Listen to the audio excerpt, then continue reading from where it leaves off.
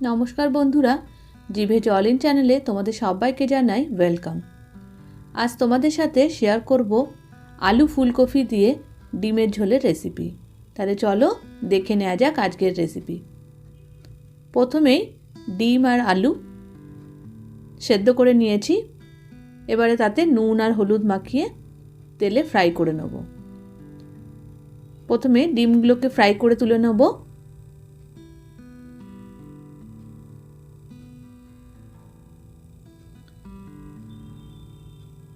লাল লাল করে ডিমগুলো একটু ফ্রাই করে নেব।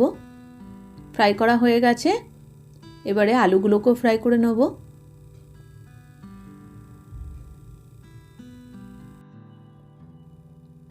আলুটা ফ্রাই হয়ে গেলে একটা প্লেটে তুলে ফুলকপিটাও ফ্রাই করে নেব। আলুটা ফ্রাই হয়ে গেছে, তুলে নিচ্ছি। এবারে ফুলকপিটা ফ্রাই করব। দিয়ে দিলাম ফুলকপি। এখানে আমি আধা কিলো সাইজের একটা ফুলকপি নিয়েছি আর ফুলকপিটা ফ্রাই করে নেব। ফুলকপিটা ফ্রাই হয়ে গেছে। আলাদা করে নুন আর হলুদেতে অ্যাড করিনি। এবারে কড়াইয়ে সামান্য পরিমাণে তেল দিয়ে দিলাম জিরে 1 টিস্পুন আর দিয়ে দিলাম 2টো শুকনো লঙ্কা। আর ভালো করে একটু নাড়াচাড়া করে দিয়ে দেবো পেঁয়াজ কুচি। এখানে একটা বড় সাইজের পেঁয়াজ চপ করে রেখেছিলাম, সেটা দিয়ে দিলাম। পেঁয়াজটাকে ভালো করে ফ্রাই করে নেব।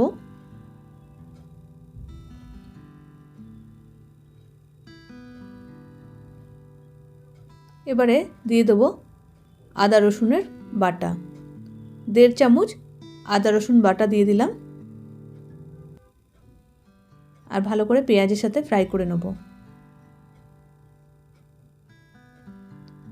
দিয়ে দেবো চেরা কাঁচা লঙ্কা। এখানে 3টে চেরা কাঁচা লঙ্কা দিয়ে দিয়েছি।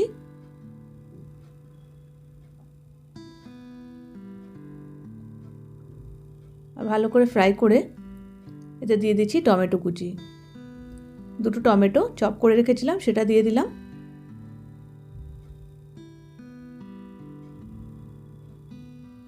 এবারে আগে থেকে ভেজে রাখা ফুলকপিটা অ্যাড করে দিচ্ছি।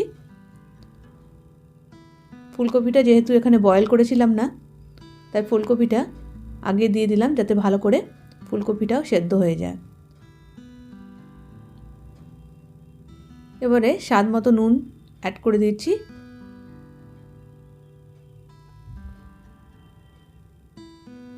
দিয়ে দিচ্ছি red chili powder 1 teaspoon, Kashmiri red chili powder 1 teaspoon, জিরে গুঁড়ো 1 টিস্পুন, হলুদ গুঁড়ো দিয়ে দিলাম 1 টিস্পুন আর ভালো করে গুঁড়ো মশলার সাথে ফুলকপিটা কষিয়ে নেব। সামান্য একটু জল অ্যাড করছি যাতে গুঁড়ো মশলাটা পুড়ে না যায়। ভালো করে ফুলকপিটার সাথে মশলাটা ফ্রাই করে নেব।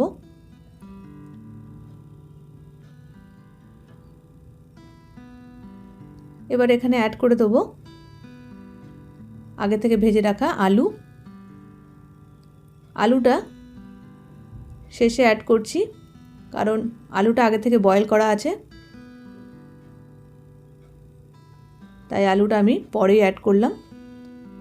ফুলকপিটা আগে থেকে অ্যাড করে দিতে হবে কারণ ফুলকপিটা আমি এখানে বয়েল করেছিলাম না। এবারে দিয়ে দিচ্ছি পরিমাণ মতো জল। যে যেরকমভাবে গ্রেভি পছন্দ করো সেইভাবে জলটা কম বেশি করে নিতে পারো। গ্রেভির জন্য জল দিয়ে দিলাম।